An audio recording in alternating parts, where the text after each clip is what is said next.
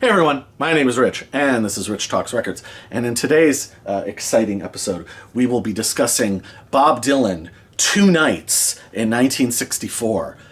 One that will include the making of his fourth album, 1964's Another Side of Bob Dylan, and the other From Halloween at New York's Philharmonic Hall, which resulted in this bootleg series release in, 2004, okay. To understand Bob Dylan and tell the story of Bob Dylan, it's very ambitious stuff. We're going to tell the story of Bob Dylan across 2 nights of his life in this most interesting and most, in some ways, overlooked and transitional year of his great ascension. We need to pull the camera back a little bit and explore Bob Dylan at the end of 1963.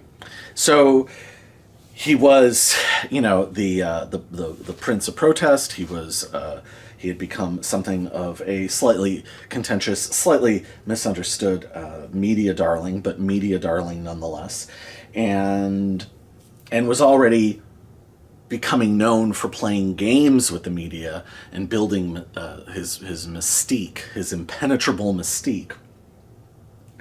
And famously, towards the end of 1963, he received the Tom Paine Award, where he delivered his famous drunken speech that he, post-Kennedy assassination, that he saw a little bit of himself in Lee Harvey Oswald, and also, even before that point of the speech, I've never heard a recording of it, I've read the transcript many times, that he basically disavows what was at the time the establishment left, the old left, and what I guess would be their latter incarnation as limousine liberals in the 80s and 90s, and whatever the hell they're called now. I don't even know if there's a term for them. I think now everything is just generically called boomers, whether that term actually makes any sense to apply to them or not.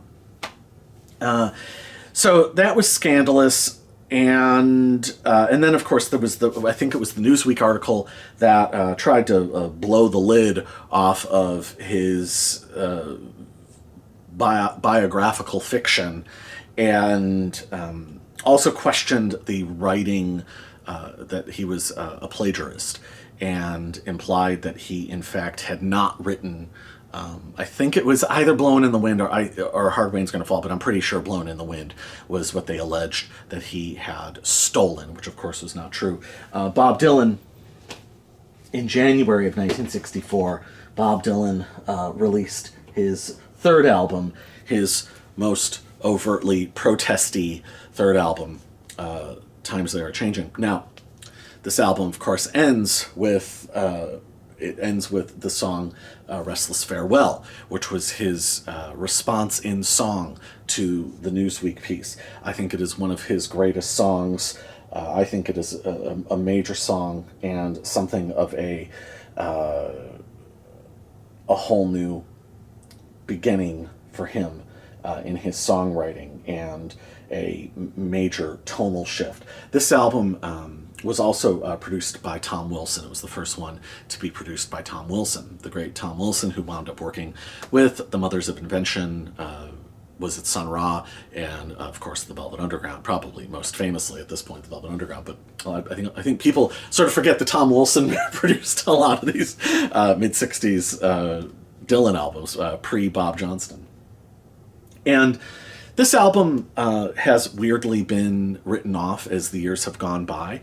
I think that this is something, I think it is a masterpiece. I think it's interesting because, Bob's first album gets written off as the years have gone by. And I didn't really appreciate this album for a number of years. This album is incredible. I don't know that I would necessarily say that it is a masterpiece, but it is pretty phenomenal, and especially from such a young guy. Now, the first sort of main masterpiece would obviously be the Free Willin' from 62, or well, I guess it was put out maybe in early 63. I take that back. It was worked on for like over a year. I forget the actual recording dates now, but this was produced by John Hammond. This is his first major statement, of course, obviously, but I think Times They Are Changing is just as much of a major statement, and I think that the protest material is some of the sharpest political writing that anybody has ever done. At the same time, it's specific but also universal and biblical. It ties together past, present, and future. It is very prescient, but it also, again, it just has such a wider scope. And Bob, as we know, being an avid student of history, manages to really make greater statements about human folly and confused intentions, and why these cycles of behavior keep perpetuating even until the present day.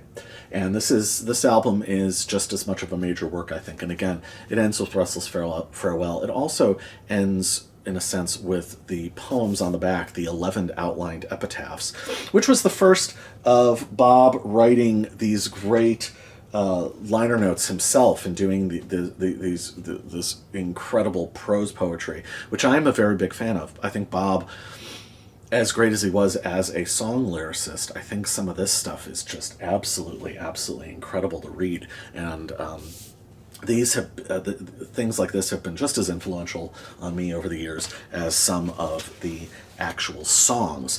So the album was released in January of '64, but Bob already had made his Restless Farewell and was traveling across the country in sort of an on-the-road Robert Frank the Americans sort of outward exploration, where that has been very, very well documented and is very fabled.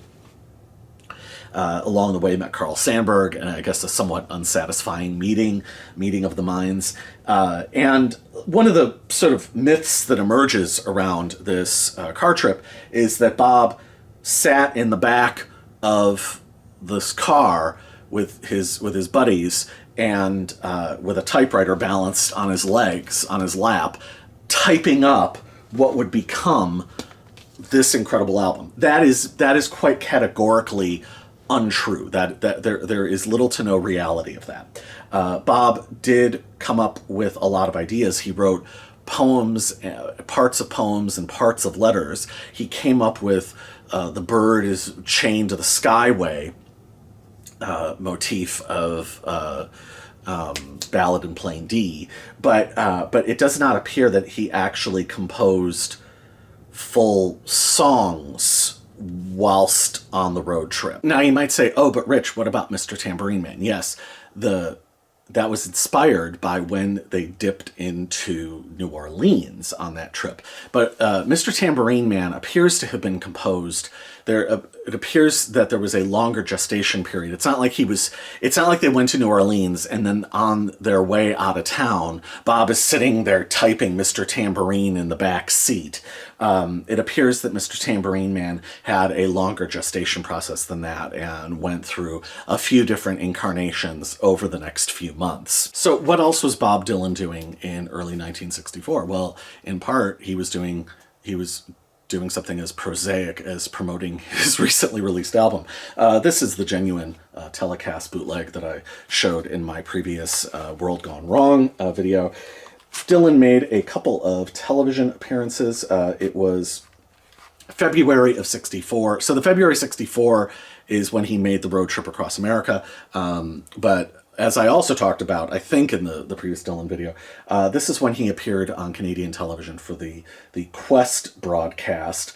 So that was filmed in '64. So that is Times They Are A-Changin', Talkin' World War III Blues, The Lonesome Death of Hattie Carroll, Girl from the North Country, A Hard Rain's Gonna Fall, and a very beautiful, very dramatic, yes, Restless Farewell.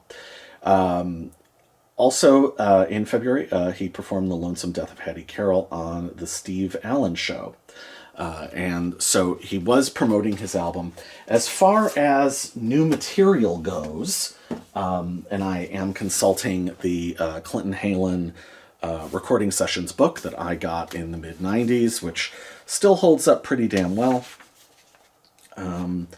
So the last recording session was for the Times That Are Changing. It was October of '63. So we're kind of going, or October, it was Halloween of '63. So we're kind of going Halloween to Halloween here. And so early on in 64, or I should say, December 63 is when he recorded Paths of Victory, which is a song that I always really loved. It was on the first bootleg series release. And is it on? Yeah, so this is the Whitmark Demos Bootleg Series Volume 9. I love this release. I think this is a very, very underrated release. So Paths of Victory is on here. But then we get something a little bit more that you can sort of sink your teeth into a little bit more. In January 1964, he records a version of Baby Let Me Follow You Down. But more significantly, the song Guess I'm Doing Fine. And Guess I'm Doing Fine, I first heard on... Was it this bootleg? Yes, there it is. Yes. The Genuine Bootleg Series Take 2 was the first time I ever heard Guess I'm Doing Fine, and I was totally knocked out by it. Bob Dylan, kind of like Dusty Old Fairgrounds from the live at, Carnegie Hall, or aborted 63 live album. Bob Dylan has these songs that really just do fall through the cracks. And Guess I'm Doing Fine is just such a fantastic... It would be I don't know that it would necessarily be a major song by anybody else, but it would be a great song by anybody else. For Bob Dylan, it's just one of the many, many along the way that most people don't even know about. But it is on here, and it is such a fantastic, laconic, funny, yet sad song born out of frustration, and it has a lot of pathos. It is a great, great song, a great, great recording. Or performance, I should say. And if you've never heard it, do yourself a favor and check out Guess I'm Doing Fine, because I feel like Guess I'm Doing Fine is, as a post Restless Farewell pre Another Side song, it really bridges the gap perfectly. It's the ultimate in-between song. If I had to compare it to anything in terms of major songness, I would say that kind of in the same way the Beatles' I Don't Want to Spoil the Party. By anybody else, that would be one of their best songs. For the Beatles, it's another song from 1964. But, when you actually listen to it, you're like, oh my God, this is incredible. Well, that's Guess I'm Doing Fine. It's incredible. Check it out if you're unfamiliar with it. In June of 1964, also on here, we have Mr. Tambourine Man, which is on piano and has a cool sort of not march rhythm, but a slightly martial rhythm that I really love and fits the song, though it was obviously soon to be much improved. A version of Mama, You've Been on My Mind that would get greatly improved the next year when he recorded it in 65. And then there is the version of I'll Keep It With Mine. I'll Keep It With Mine, another absolutely phenomenal, phenomenal song that had several incarnations over the next couple of years. It is different than the piano version that wound up on Biograph and then I think made its way onto the Cutting Edge. That, I think, is Bob's definitive version of that song. Nico's version is great. He apparently did write it for Nico. She was with him when he wrote it, and he seemed to truly think of it as a song exclusive for her. But it really is, and that's why he didn't do anything with it on his own. It is a great song. And what's interesting is, while it's not necessarily a major ostentatious statement as some of the major statements that he would be making, it is in its own way a profound, deep, moving, beautiful, brilliantly written song. The man really only wrote great songs basically in this time. He was on probably the hottest hot streak that a human being could ever possibly be on. But this version is good, but it is not a patch on the later beautiful, heavy choral piano, heavy echoing choral piano that later shows up on Biograph and subsequent releases and is probably the definitive take of the song. But again, the Whitmark Demos is a treasure trove. It's 25 songs on disc 1, 22 on disc 2. If you've never checked this out, do yourself a favor. It is so damn good, and a great alternate reality look at Bob's music from this time period. One thing I will touch on is a couple of years ago, as a copyright stopgap. I forget what it was called, the 50th anniversary 1964 copyright extension release came out, where they made like 500 vinyl copies, and it was available for like a week in Denmark or something. I forget where they put it out. I'm not going to be touching upon that too much. There's some interesting, really lo-fi recordings with Eric von Schmidt in there, stuff from Newport. But one of the things it details was, at the time, Bob was so allergic, basically, to entering a recording studio, and Columbia wanted to keep things moving along, that it does, there are a lot of live recordings on there, and it's worth checking out if you want to do the deeper dive and the greater dissection on Bob's music from this time. The Copyright Extension Act releases are a really, really cool place to go. You can find them on the internet if you know where to look. You're clever. You can work it out. I certainly did. But the stopgap, the attempts to record and release and record a stopgap live album, Columbia kept trying, and that is one of the actual really cool things as some of this material has gotten released over the years. And I do just so this is a bootleg of the aborted, what would have been the 63 live album. So half of it was at Carnegie Hall, half of it was at Town Hall, I forgot. Though I will note, again, in the great realm of Bob Dylan songs seemingly lost to the wind, Dusty Old Fairgrounds. This is a sweeping, brilliant, cinematic, imagistic song that's just incredible, that would, again, be a major work for anybody else. Also, speaking, John Brown is on this. So, if you've never heard this, check it out, especially Dusty Old Fairgrounds. It's phenomenal. And then, what might be my personal favorite, this is Brandeis University, which eventually came out as a standalone set. And what year was this? 2010, 2011 is when this came out. I think this originally came out with the mono releases. And the Brandeis set has a version of Masters of War that is one of the most searing, intense versions of anything you are ever going to hear, and in one fell swoop makes the case for Bob Dylan as the single greatest writer and performer of political material, protest songs that you've ever heard. I don't know that anybody has done it better and distilled it better than this in this single performance. Bob, line up anybody you want to talk about, Public Enemy, the Dead Kennedys, whoever. Bob takes them on. He took them on in 1963. And the best a lot of that stuff can do is stand up to the searing, unbelievable intensity of this performance and this level of songwriting, which is basically beyond anybody's level of songwriting. So I just would like to draw attention to the fact that Columbia's attempts to get a live album out, because their boy would not record a bloody new album and just churn them out. Because lest we forget, the second album was actually basically 2 albums worth of material that got shuffled around. So for as prolific as he was, I think Columbia was very frustrated by the fact that he wasn't on his like 6th or 7th album by this point. The other thing that happened in early 1964 across America was, of course, the British invasion.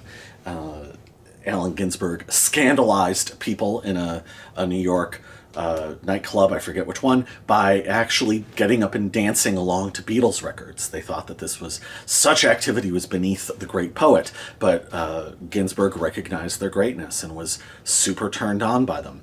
Dylan himself heard them out on the road. So this is from Tell Me Why by Tim Riley. This is, I think, the best Beatles analysis ever written. It's absolutely incredible. It's what I swear by. Never mind Revolution in the Head. This is the one. But Bob Dylan, as he told Tony Scaduto in 1971, in the first attempt to do a biography about him, this was Dylan's response to the Beatles. I love this. We were driving through Colorado. We had the radio on, and 8 of the top 10 songs were Beatles songs. In Colorado, I Want to Hold Your Hand, all those early ones. They were doing things nobody was doing. Their chords were outrageous, just outrageous, and their harmonies made it all valid. But I kept it to myself that I really dug them. Everybody else thought they were going to be for the teeny boppers, that they were going to pass right away. But it was obvious to me that they had staying power. I knew that they were pointing the direction where music had to go. In my head, the Beatles were it. In Colorado, I started thinking, but it was so far out I couldn't deal with it. 8 in the top 10. It seemed to me a definite line was being drawn. This was something that had never happened before. So Bob's response to the Beatles is a very curious one, because he kind of, depending on which British music critic of the time, he either responds overtly or indirectly to the Beatles, but you can see shifts taking place in his writing. And another massive shift that was having a huge influence on Dylan's writing was the books he was now reading. So Bob had moved into the French symbolist poets, and as well as he was, I think he already was into the Beats, but he went even further into the Beats. And I think that gets reflected in his writing, but I sometimes think in some ways, especially as a recording artist, it may factor into the writing, but I think as a recording artist, so yes, he was very into Arthur Rimbaud, and yes, he was very into Jack Kerouac, and yes, this is when Ginsberg starts coming around. But what I hear, and if you're going to talk about it on a songwriting level, on a literary text level, I can see that influence. But Bob Dylan, as a performing artist and as a recording artist and as a conceptualist, I feel that it is more analogous to film, specifically somebody who we know he was watching, Federico Fellini. And what I think he started really moving into was 8.5. I'm going to be circling back to this later. I'm planting the seed now. But even more so, I feel that the visual analogs and the visual equivalents of what he does in 1964, both on stage on Halloween, but also for his incredible fourth album, Another Side, Band Apart, Band of Outsiders by Godard. I feel like somewhere between these two movies is what Dylan was doing at the time. And I feel like you could almost do like whatever the Dark Side of the Moon to, Wizard of Oz. I feel like you could almost do these to Another Side of Bob Dylan and maybe achieve some sort of similar effect. And I will be coming back to that later. But Dylan has a very curious response purely as a recording artist, in that on June 9th, 1964, he decides to record his album in one go. And this was a deliberate, self-conscious thing that he told the writer Nat Hentoff at the beginning of the night. He let it be known that they were just laying it down, period. And in some ways, you could think, wow, how audacious, how bizarre of a decision is that, especially since there had been so many recordings in flux in the process of making his second album. But if you look closer at the history of Dylan, and when you start to think about how at this time, as much as there was progress and as much as he was tearing away at the outer edges of songwriting itself and expanding the form beyond in ways that nobody could have ever thought to do, Dylan, in a weird way, was going back to his roots. Interestingly, these are roots reclamation statements. And that's where you get a title like Bringing It All Back Home. And I feel like this is sort of the first of bringing it all back home. And in that sense, Bob Dylan had been recording tons of stuff in one night, plenty of times. This is one of the hotel tapes. This is Bonnie Beecher, December 22nd, 1961. Records the entire goddamn thing. And there's a bunch of these hotel tapes. Again, these are treasure troves. What is this? This is the Minnesota tape bootleg that I have. This is another treasure trove. This might even, in fact, be superior to the entirety of his first album. This is incredible. If you've never heard this, check this out. So this was actually par for the course. Bob could just sit down and let the songs pour out, spill out of him. And I think that that in that sense, the honesty and unscriptedness of the Beatles and the off-the-cuffness of the Beatles probably appealed to him. I could see their press conferences, the non sequiturs of the press conferences, appealing to him as much as I Want to Hold Your Hand and She Loves You would have.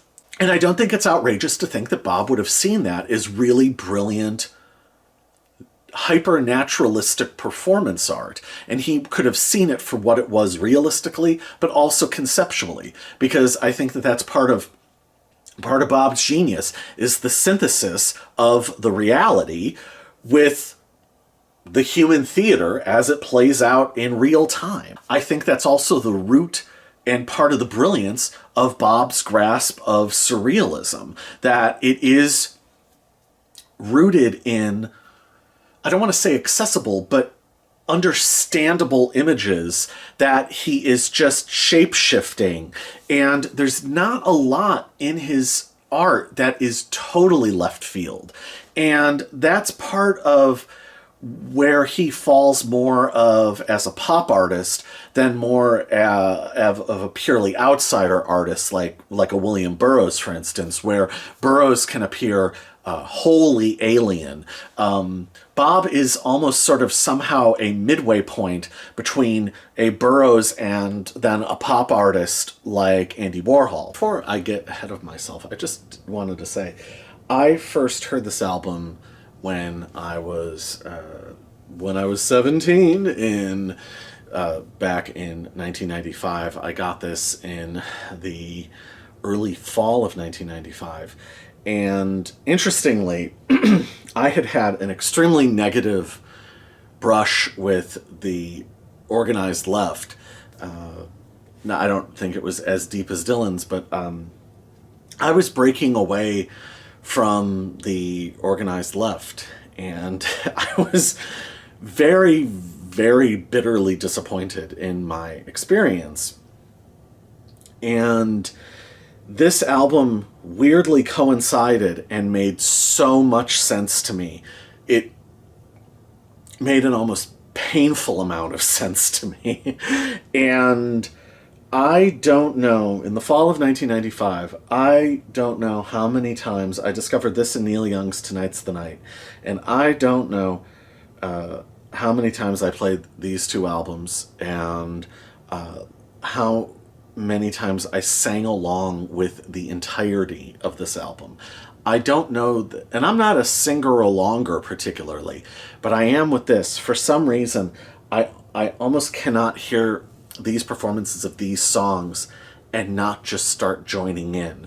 It felt really familiar to me in ways that little other music ever has.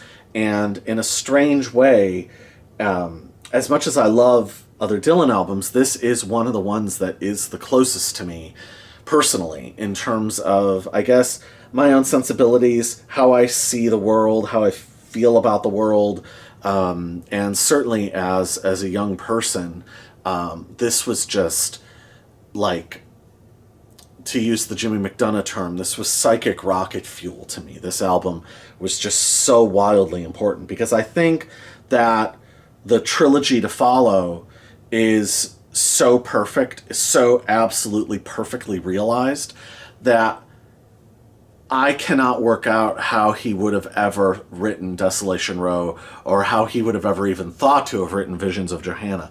But this I can wrap my mind around. This I can sort of see how he got there. And on a personal note, I was so inspired by this album, and it meant so much to me. I had been working on what would have been my second book of poems at the time, and I junked it. I threw it out. It was very, very self-serious. It was informed by my growing interest in the political left. The period was relatively short. We're talking about 3 or 4 months. But when you're 17 years old and you're just out of high school, I graduated. I have a later birthday, so I graduated. Everybody else was 18. There were like 2 17-year-olds in there. And fueled in part by this album, and I had a ton of other influences as well at the time, as you do at that age.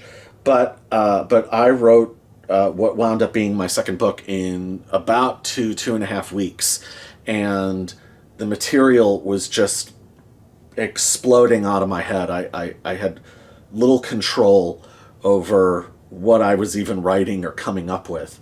And so I feel weirdly personally tied to this album, that as much as I love Bob's other masterpieces, this is one that speaks to me on, like, I don't know, some sort of like subconscious intuitive level. If I had heard it the year before, I don't know I would have fully gotten it. If I heard it the year after, I don't know that I would have appreciated it as much. It was one of those weird times where it just happened to hit me, and I just happened to buy this album at like literally truly the perfect time of my life. It's almost like a joke that it lined up that exactly right. So this album has always had just a really, really important, special place in my heart. So one of the things that is talked about, that I already alluded to with this album, is that the sort of the myth is that he wrote it while on this road trip across America in early 1964. While that is not true, it is interesting because, and this is detailed very well in Clinton Halen again. He might irritate me, but his research, I've said this before, his research is second to none. So this is Revolution in the Air. This is the first of his 2 volumes, breaking down Bob Dylan's songs, roughly in which the order he thinks that they were written in. It's a fascinating exercise. And, you know, if you can deal with Clinton Halen's bloviating and weird, after the fact, second guessing of every single decision Bob Dylan ever made, there's a lot to really appreciate and understand here. And I actually prefer this in a lot of ways. I'm far more interested in things like this than I am a straightforward biography. I like the biography through the work more than I care about the ins and outs of who somebody dated, or that isn't that interesting to me. So, but the songs were written. It appears that the first song written for this was "Chimes of Freedom," which on the flagging down the double E, which I will link to. I now signed up for the subscription to that. That page is amazing. Oh my God, is it good? And they did a breakdown of Dylan songs written on hotel stationery. So I forget the hotel in Canada, but Dylan started writing Chimes of Freedom in Canada, and that's sort of where this album kicks off. And if you think chronologically, Chimes of Freedom is a massive, massive creative breakthrough. But Dylan wrote songs in Canada. When he went over to England in the spring, he wrote more songs there, and then eventually he finds his way to Greece, which is where he did write the bulk of the album. But really, he was more editor when he was in Greece. Because really what he had done in Canada, he started a bunch of songs. Chimes of Freedom was the one that he worked on and sort of woodshedded the most. But really when he was in England, he was banking and pooling a lot of material, and bits of songs show up on the backs of manuscripts of other songs. Everything was just sort of bleeding into each other, and he was really just writing fragments that he was then stitching together. And that's where you get the interesting phenomenon of Dylan with, as he detailed in Chronicles, all of these additional extra verses of songs or parts of verses of songs. There's a whole raft of them for I Shall Be Free, but all I Want to Do, on and on and on. He just would write these little bits and pieces, and really the trip to Greece is where it all comes together, as opposed to, again, I think some people think he wrote it whilst on the road. I think other people think he just wrote the entire thing en toto in Greece and then brought all these songs back. Greece is where things formalized and things really took shape. But a lot of the actual woodshedding of material and the what was the raw stuff that was really going on in the engine room appears to actually have happened while he was in England, interestingly enough. So, and then he had a similar effect when he went to England again the next year. So I find the writing process kind of fascinating. I don't want to get too lost down the rabbit hole of that. I easily could if you've watched my other videos. But again, this book is really, really interesting, and I would strongly recommend it. Again, you got to take Clinton with a few pinches of salt, but it is really, really worth it because the guy researches his ass off. Bob Dylan, 1964, June 9th, rolls into Columbia Studios. He hasn't been there since Halloween of '63. And like I said, let's Nat Hentoff know, tonight's the night. This is we're going for it. We're doing it all in one night. And Bob, over the course of somewhere between 2 and 4 bottles of Beaujolais, polishes off the entire album in one go. It is absolutely incredible that he does this. The story, I forget, was it Tom Wilson's child? I forget, somebody's child runs onto the studio floor. Dylan is unfazed. Seemingly nothing could break the man's concentration. And even when he kept having to do all these weird passes at I Shall Be Free, number 10, I first heard those on another one of the bootleg series that I didn't grab. It's over there, and just trust me, I have it. And those are make up an interesting section of the copyright extension release. Nothing too terribly essential. You do finally get to hear the song Denise, Denise, which I would have first seen in the lyrics book from the 80s. Denise, Denise is a lovely, really cool, fun song. A lot of other songs were attributed to these recording sessions, however. So the That's All Right Mama, Sally, Free and Easy were attributed to this night. That is not true. That's All Right Mama, which is one of Dylan's great underrated studio performances. Again, if you love Dylan's piano playing, I feel like there's the cult of people who love Dylan's piano playing, because Dylan is an amazing piano player. That performance of That's All Right Mama is awesome. It's one of my favorite things, and I'm not talking about the full band from '62 when he did Mixed Up Confusion. No. This is him solo piano, vast, echoing, amazing. If Bob had recorded at Sun Records, Sun Studios or something, it feels like it sounds like that. Amazing. But that's a Times They Are a Changin' outtake. New Orleans Rag, long associate. No. That's from earlier as well. So, and I forget what other songs got associated with this night. There's others. There's one or two others that I've seen. Oh, and then what's it? I'll Keep It With Mine was associated or was attributed to this recording session. Nothing of the sort could be true. There are a couple other outtakes. So on the copyright extension, you get all of the extant versions of I Shall Be Free number 10, which I guess was Dylan's foray into doing inserts, not necessarily straight overdubs, but where Tom Wilson would splice things in later. Then, of course, we have the famous Mr. Tambourine Man, which I first heard, was it on this bootleg? So this is the first genuine bootleg series. Does this one have Tambourine Man on it? No, I don't think it does.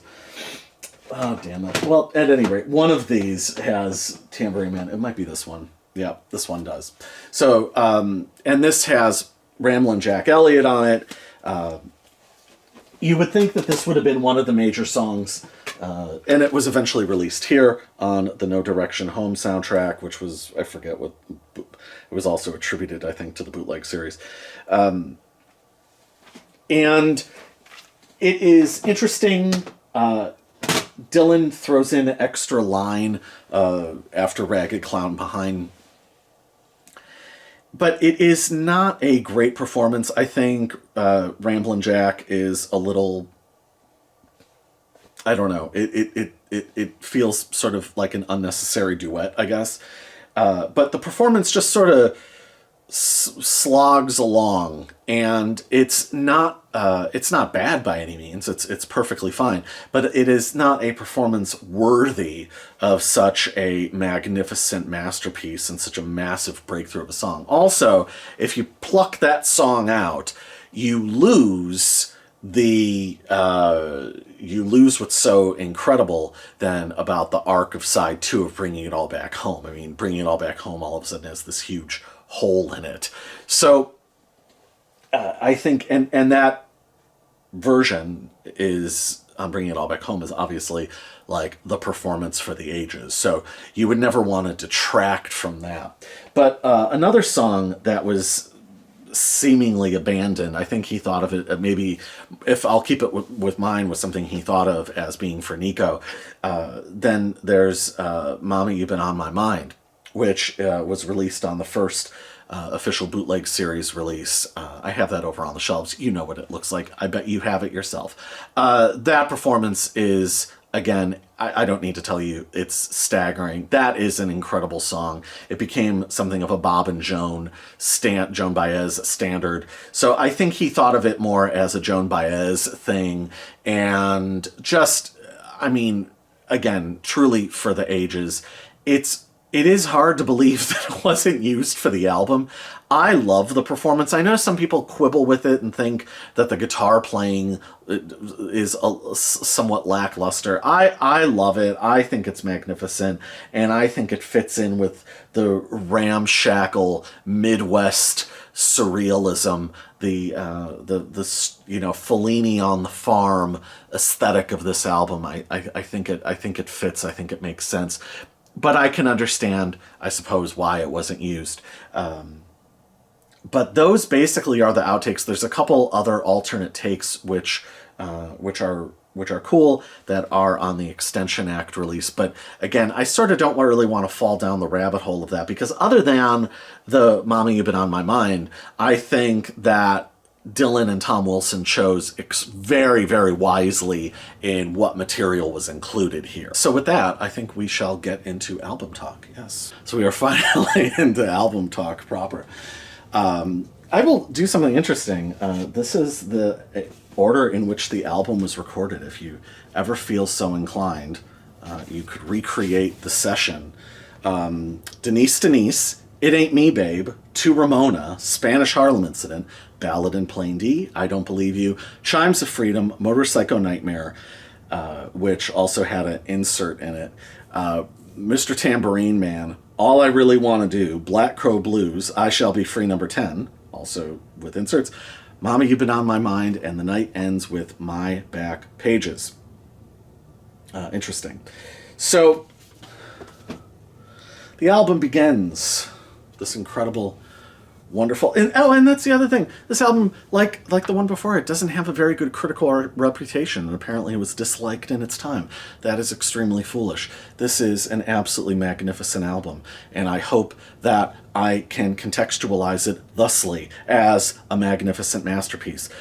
His third, potentially fourth, but really third, masterpiece, and not some awkward transitional phase to the glories to come when he plugged in an electric guitar, because I consider this album as much of a rock and roll album as anything that came next. And at its best, not only does this album, is it like Fellini makes a weird comedy western hybrid, or Godard Goes to Nebraska. Not only does it have that vibe, but it has as much dirt under its nails as the best moments of my favorite early Rolling Stones album, Rolling Stones Now, which includes a chunk of what they recorded at Chess Studios.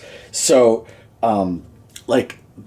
these two albums are also weirdly of a piece. The other thing that it's also weirdly of a piece with is while Dylan was on his road trip, file this way, Muhammad Ali, then Cassius Clay, won the heavyweight championship in a very unexpected fight with Sonny Liston in Miami, where Cassius Clay met the Beatles.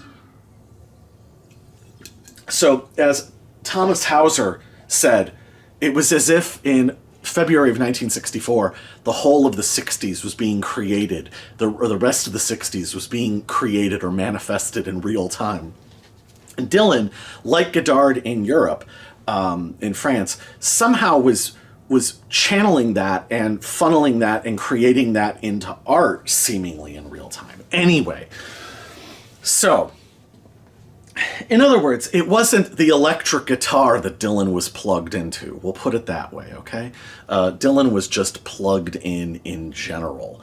So, and was the best in the world and the best that was ever to come. And it's probably going to be somewhere deep into this century before we get anything even vaguely comparable. Anyway, this incredible album kicks off with All I Really Want to Do. And it starts off unassumingly, but first of all, I think the thing that's interesting is, and this is not really remarked upon, I sort of feel like this is the beginning of a new Dylan voice. So the sort of gosh golly faux Okie-isms or faux Guthrie-isms are long gone, and the sort of bashful, slightly self-conscious, oh, I don't know how I'm doing this thing of the freewheelin' is gone. And I love that tone, and it's amazing that Dylan is able to adopt that, and that he's able to sort of, like, he's that much of, like, a ridiculous overachieving virtuoso, but has a aw shucks vibe. It's all part of the trick, folks. It's all part of the show, and that is really more than anything. That's what's really gone here, because in a sense you could argue that this album is just as political as anything else.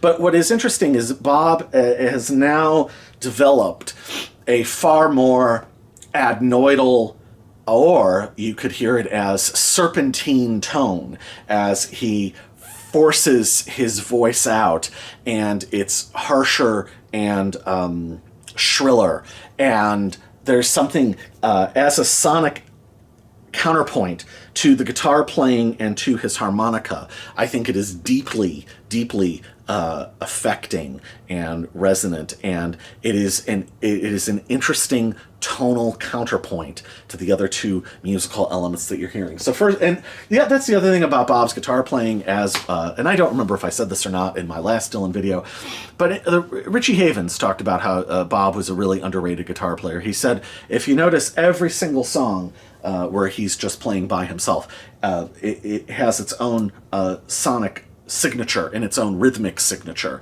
and that's down to his incredible talents as a guitar player and just how underrated he actually is. Bob is, I think, a really underrated rhythm man. I think he's actually really goddamn good at it, and the rollicking, ramshackle, but somehow graceful and pop ready rhythms of All I Really Want to Do are a perfect example of that.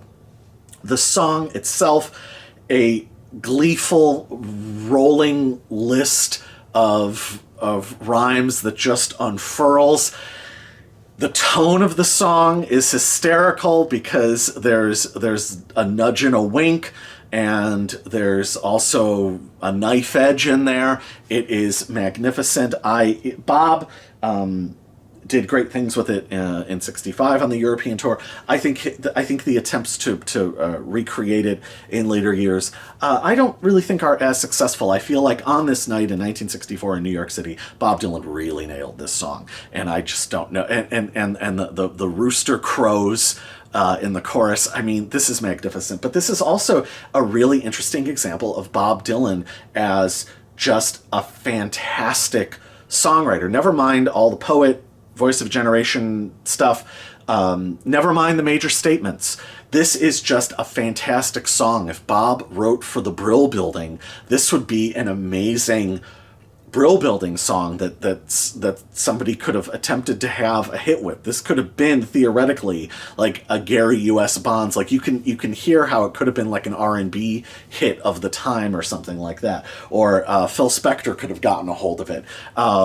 It is just such a fun, gleeful song, and Dylan is just casting off the roles, yet adopting all these other roles, all these other masks, all these other personas, and all at the center of it, you still get the sense that, again, he's kind of looking to the camera, and he's like, there's kind of a shrug, a nudge, and a wink that just carries the entire thing off. That is partly why I throw in the Godard references, because there is this glorious sense of freedom, and that we are going to draw like a box, and like we're going to have the frame of the film, we're going to have the confines of a song or a recording artist, and then we are just going to fill in, like they're not coloring outside the lines, but they are just doing wild things within the lines. And I think that that's also part of what's so perfect, is the fact that this is his last acoustic album, that is analogous to it being a black and white film, and then when he goes electric, it's color, right? And this is a black and white film. And there's something weirdly perfect about, and also with Fellini, with 8.5 or La Dolce Vita, that they are stretching film to its limits, and they are just, there's still lines, but they're coloring within those lines, and making the most unbelievable charcoal drawings within those lines that nobody else could have ever thought to do, and that they just are tripping over themselves with ideas, and that it's just this free fall, and that they almost cannot help themselves. And yet when people try to replicate that free fall, it's usually just psychobabble, and it doesn't work. It works because there actually are lines, there actually is a form, and they are masters within that form, and they're just making it seem so effortless. Godard makes it seem like anybody. You could just get some friends in a Super 8 and make it happen, but you can't. Also, I think the other thing that's powerful about this is it's operating within the real world. This is not operating in a surreal world and a world that you cannot understand. This is all on the streets of New York City, if you will. Just like Godard is shooting in the real world. It's not fanciful. I love Terry Gilliam, but like it's not some fanciful alternate picture of reality. This is somehow taking reality and just stretching it. It's magnificent. It's a magnificent song. And the second, speaking of magnificence, speaking of the Rolling Stones, we get Black Crow Blues. God damn it. So I talked about in World Gone Wrong how Bob Dylan, I think, is was at one point and then later on one of the greatest white blues singers that's ever lived. Well, he's now really applying to his songwriting. And Black Crow Blues, piano, magnificent. And this is as rock and roll as anything. And also in my World Gone Wrong review, I talked about how I don't differentiate between Bob acoustic, Bob solo, and Bob with a band, because to me, Bob is the band. It's just that when he is playing with other musicians, he's playing the musicians. That's it. Like, he's the band. He is the sum total of all the music that you could ever need. He's doing everything. He is it. He is the thing. Black Crow Blues is a rhythmic masterpiece, a piano masterpiece. Again, rollicking, ramshackle, glorious, fun. And that's the thing. All I really want to do, Dylan laughs. Did you ever notice how on all of these early albums of Dylan, he laughs at some point, genuinely laughs? All the self-serious stuff that people want to attach and project onto him, he's fucking having a laugh. That's part of that's part of the magic. That's part of the trick. That's part of the charm. That's part of what carries it all off. You know, as the man himself would say a year later, no one wants to get whipped, and if they do want to get whipped, aren't they going to enjoy getting whipped? And Black Crow Blues is the lyric writing, what he does with the blues form. He's not taking it to the outer reaches, but he's writing within it, and writing beautifully within it, and writing beautiful, amazing images within the blues form that's completely recognizable. But then when you actually start thinking about it, you start really thinking, my God, that's absolutely fantastic. And it ties in with Guess I'm Doing Fine and all the tendrils of all the other songs from this period.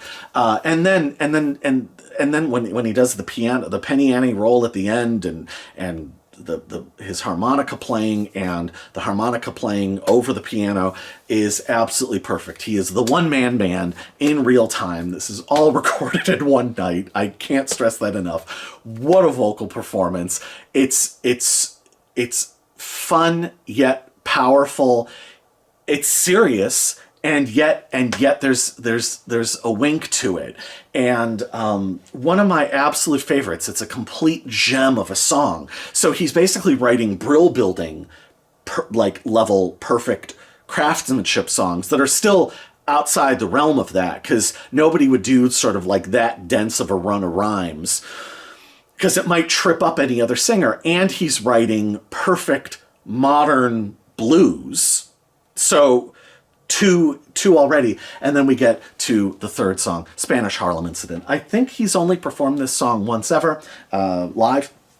I might be wrong about that. He might have subsequently performed it. I don't think so, though. As people point out, this is one of his shortest songs. Spanish Harlem Incident is one of at least my top 20 Bob Dylan songs of all time. It might be top 10, probably top 20, just because there's so many. Spanish Harlem Incident is a song that might be closest to my heart with Dylan. I lived this song. The reason I went and chatted up what wound up becoming my second girlfriend was because this song was playing in my mind. This song was my encouragement to go talk to her. I realized, I saw her walking down the street one day. I realized that she was taking the same route to the train that I would take. And I just thought, all right, next time, like I'm just so happens I'll be walking the same route as you next time. And sure enough, like it was 1 or 2 days later, there she was. And I had never gone and chatted up a girl like that ever, especially somebody like cool and smart and beguiling and interesting. And so it is because of this song that I went on the wild adventure that was my second girlfriend. Spanish Harlem Incident, a magnificent set of lyrics, a magnificent piece of guitar playing, but again, what really pulls it off is it is adenoidal, and he's forcing the voice out, but it is also still full-throated, fully expressive. You can picture sort of head thrown back, projecting, and what an absolutely magnificent set of lyrics, an imagistic set of lyrics.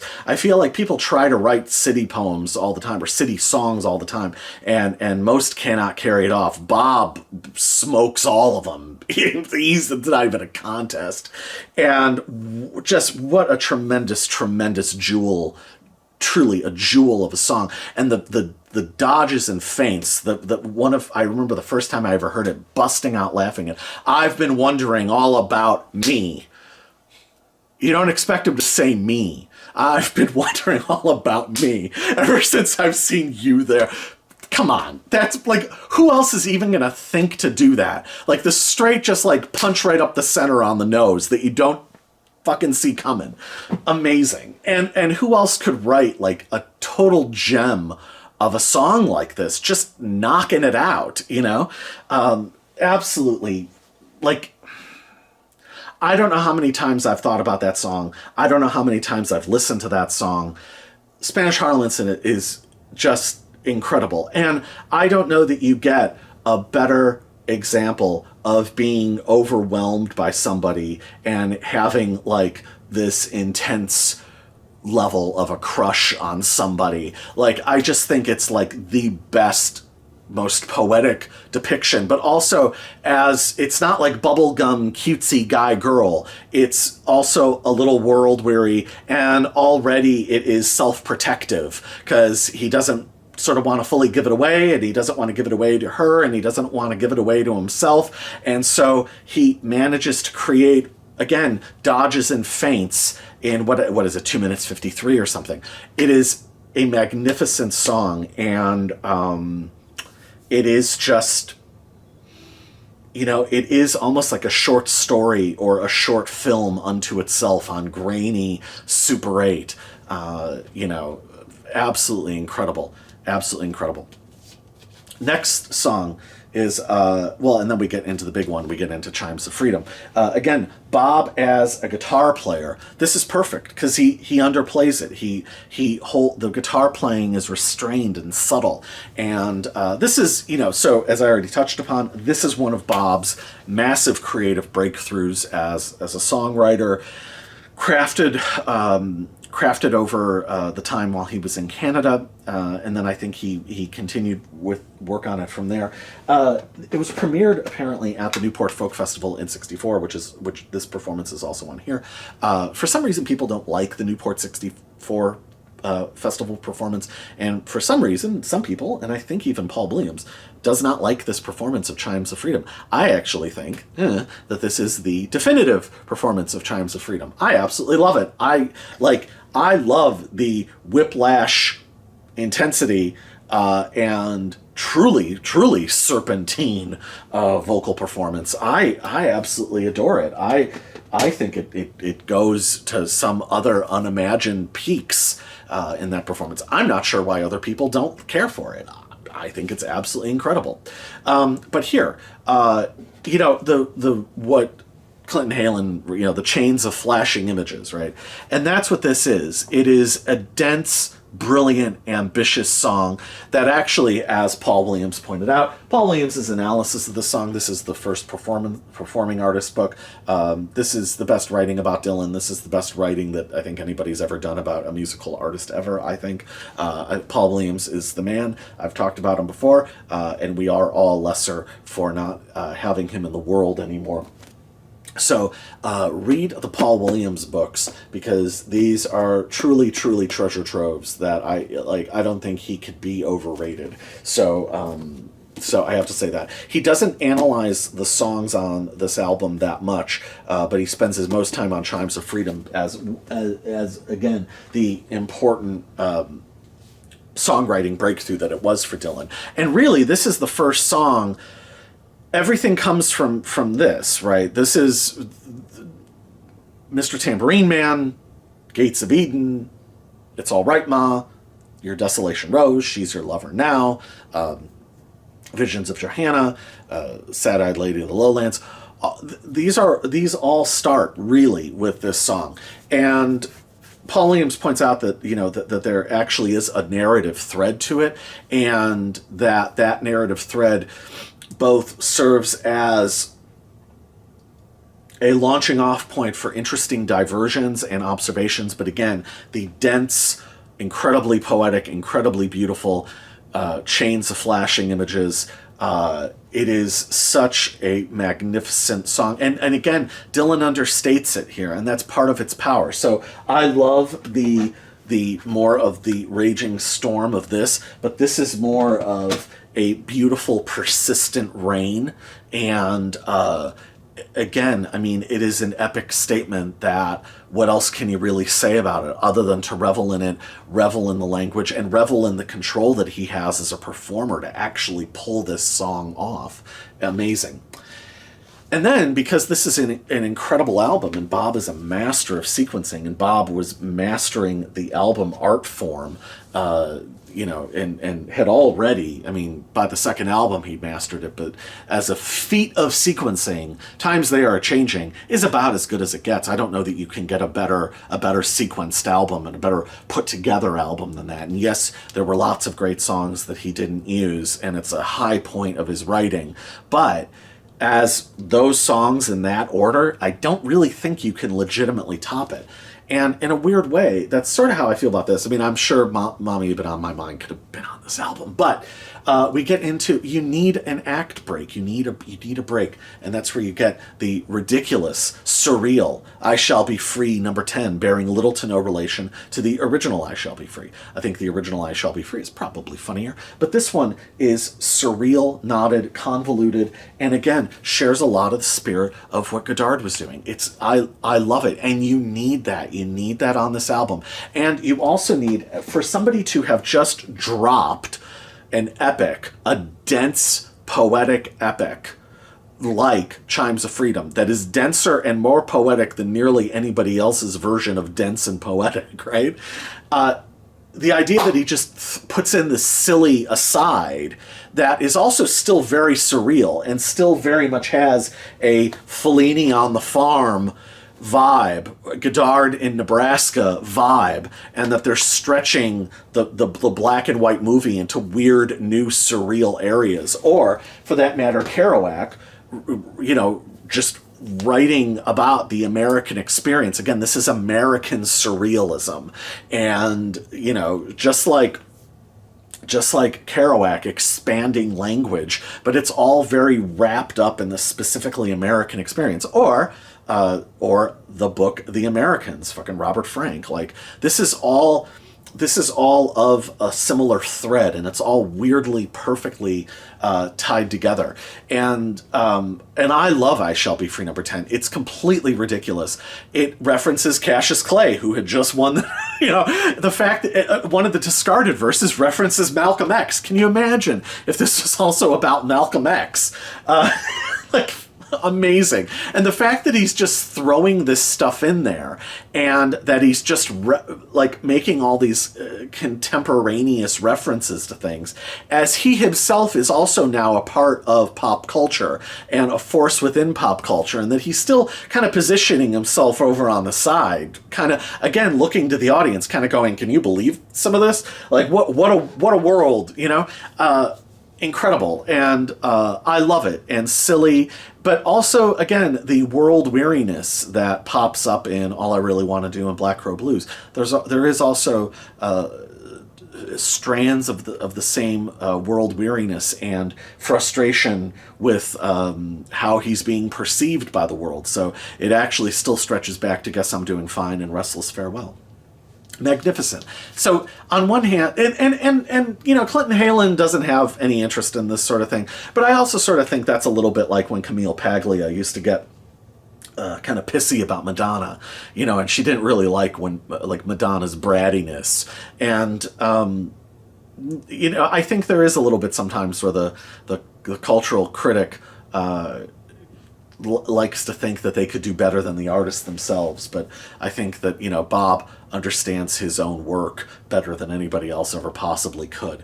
And I Shall Be Free number 10 is just a beautiful, beautiful piece of album sequencing. And then we get into the side ender, because you need that again. So you've gotten the great songs at the beginning, 3 separate kind of genres, all amazing, all perfect. Then the dense, epic piece of poetry, then this silly aside, and then we get to the side closer, because, God damn it, the whole time, just like Muhammad Ali, he's been setting you up. We get to Ramona, the ultimate, the knockout punch, because he's been setting you up. He's been all of these other things. He's been funny, he's been sly, he's been very, again, serious and poetic, but now all of that is gone, and now he is just purely singing from his heart, and this is writing from his heart. And To Ramona is absolutely one of my top 10 Bob Dylan songs. It's a better song than nearly anybody else on the history of planet Earth could ever even think up. Your magnetic movements still capture the minutes I'm in. One more time. Your magnetic movements still capture the minutes I'm in. That's a better line about the appreciation of the true beauty of a woman. More than, Rumi couldn't come up with something better than that, I don't think. That's stunning. That is stunning. And then, and this is also the part of it, the way that he sings it. That's not sung with false humility. That's not sung. I think if anybody else wrote that, and you know, think of the guys who are the big geniuses. I feel like they would draw attention to it. They'd be so self-conscious about, look at this fucking awesome line that I just fucking dropped, you know. But Bob doesn't. It's an expression. The lyric, a lyric that utterly perfect and magnificent, is still merely the vehicle for the expressiveness of the voice. Truly, truly, the performing artist. You can focus all you want on the writing, but the performing artist, truly, he is the performing artist. And again, you can question, oh, maybe if he'd spent more time on this album, no. This is the bisection of everything he was at the time. And we'll get to this on the back. This is the sort of, if you will, the download of everything, all his range of emotions, his range of feelings, written relatively quickly over a few months, and then he just drops it in one night. This is the full range. And the song, this is another one. I have lived this song. I had a Ramona in my life who I had a similar talking to. I've heard you say many times you're better than no one and no one is better than you. You know, I can see that your head has been twisted and fed with worthless foam from the mouth. You know, and the other one, it grieves my heart, love, to see you trying to be a part of a world that just don't exist. That it grieves my heart, love, to see you trying to be a part of a world that just don't exist. He wrote this in 1964. How many people do you know that applies to now? How many people on the internet that you can think of right now that need to hear that, you know? I had a version of this conversation in the late 90s with my very own version of Ramona, and the epistemological fits that she would get herself into. And it genuinely pained me to see her in that state. And there's, you know, no one to deceive you except the thoughts of yourself feeling bad. And to see someone truly trapped, and it was all based within activism and making overtures to the organized left, and sort of nothing being good enough and being under the suspicion. And you know, this was fundamentally a core, very good person and a really lovely person. And I used to think about this song constantly with her. And like I said, I had a couple very real conversations with her where basically this song was playing in my head the entire time. It's the knockout punch. Nobody else could write a song like this. Nobody else would think to write a song like this.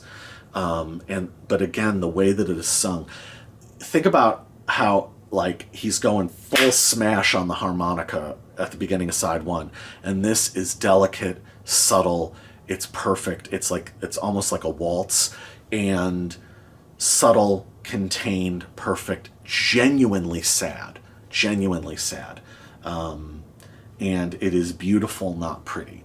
You know, your cracked country lips I still wish to kiss is to be by the strength of your skin. Jesus fucking Christ. Who writes like that? Nobody writes like that. This guy writes like that. You know? People, there's a lot of new Dylans, and there's still, every year there's a few new ones that pop up. Nope. None of them can do this. None of them. None of them could ever even figure out how to do it. You're never going to be a better Bob Dylan than Bob Dylan. My God, nobody can do it. Unbelievable. And that's the side ender. That's perfect. What a perfect, wow. And then the needle lifts and you're just sitting there thinking, how in the hell did he just do that? My God.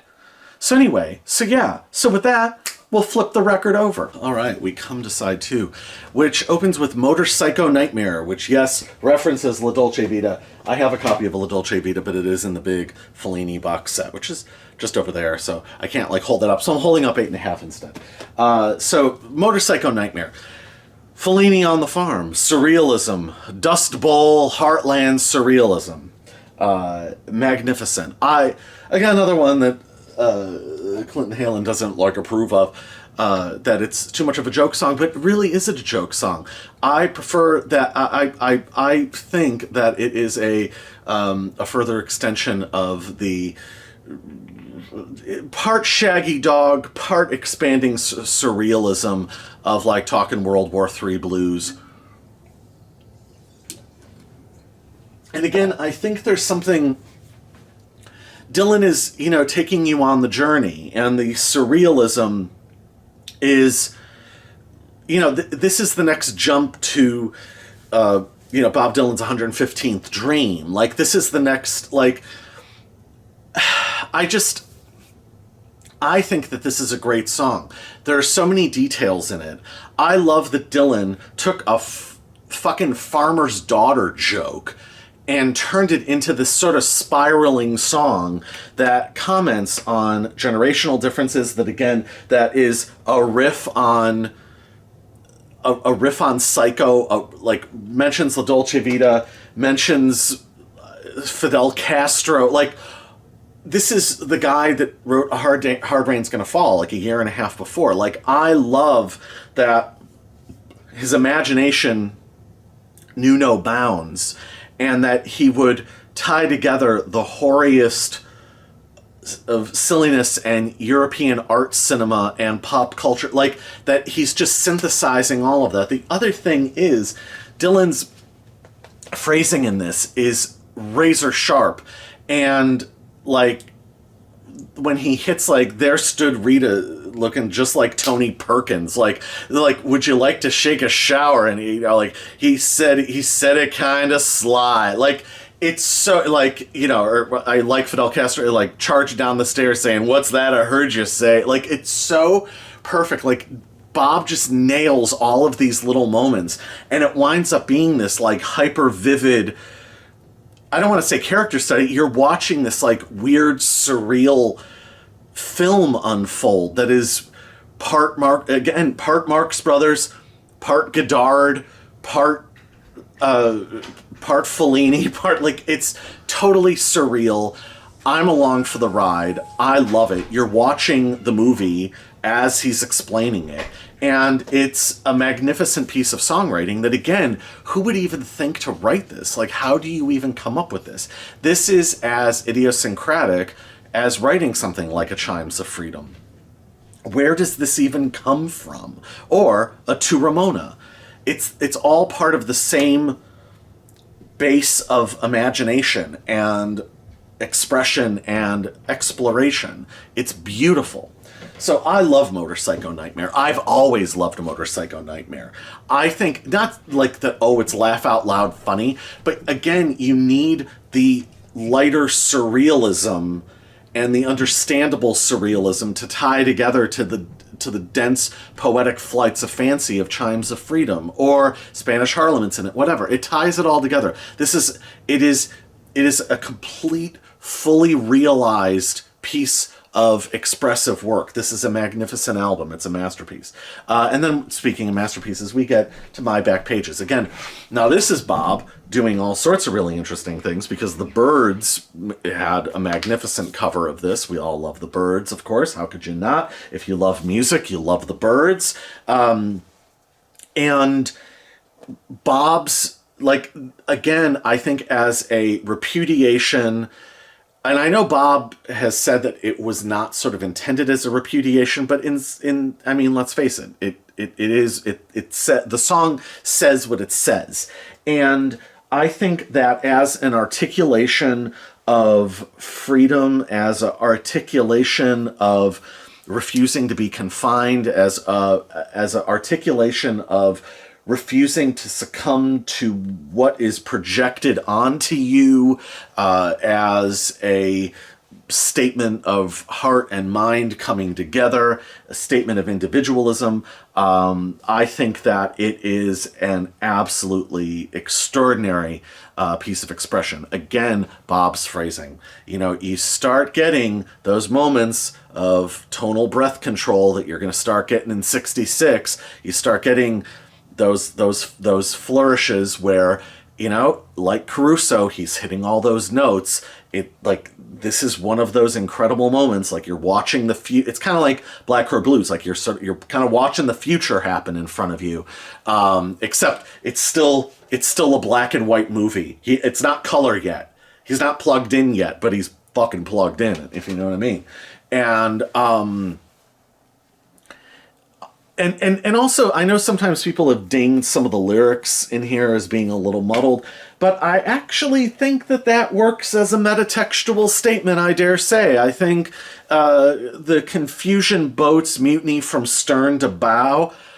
Yeah, no, I'm worth that. I like that. That works for me. That sounds right when sung. It works as lyrics, wedded to a fantastic song structure, melodic structure, and again, having had my time with that stuff, it's a song again that I deeply relate to, and I feel like I lived, and especially I was so much older then. I'm younger than that now. That is. God damn it. Who else can write like that? Who else could think like that?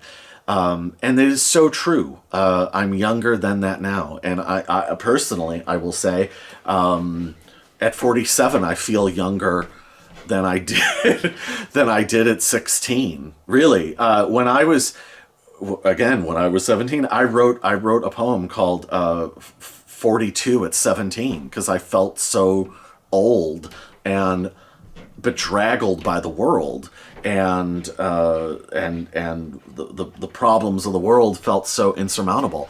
I said I felt 42 at 17. I tell you, at 47, while I of course am mature and wise and seasoned, I feel far more youthful than I did in my actual youth, and life has its fucking challenges, but life is infinitely more enjoyable.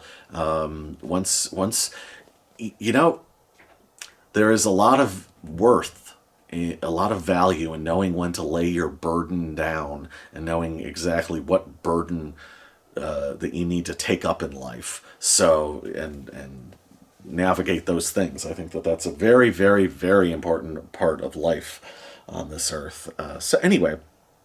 My Back Pages, while being not a long song, is a major song, and a song I think of great depth, and a song I relate to, and another incredible song. Who else writes like? So after My Back Pages, we have another absolutely magnificent song. We have another song, I Have Lived. We have I Don't Believe You, and then brackets, apparently, She Acts Like We'd Never Have Met.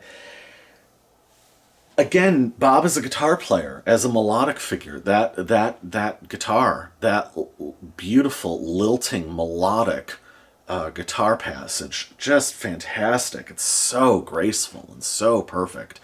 And then the way Bob's voice sits over the top of that, the searing, sneering, serpentine voice that he just perfects on this. The lyrics are, again, perfect. A song of romantic befuddlement and confusion. This is another song I lived with this one redheaded girl, and boy, it was really awkward. It was and extremely confusing. I have no idea what the hell happened, and I never did understand. And it is very, very, very, very, very confusing when it happens, and especially when they come in raring to go. It's strange, and this is, I feel like, the best ever song about that topic. Is it the only song specifically about that topic? And again, Bob takes it from all these different angles. If they're I gladly confess to anything I might have tried. Like, if I was with her too long, if she ain't feeling well, then why don't she tell me? It's like that level of just confusion. What the hell do I do with this? And how the hell do I navigate this?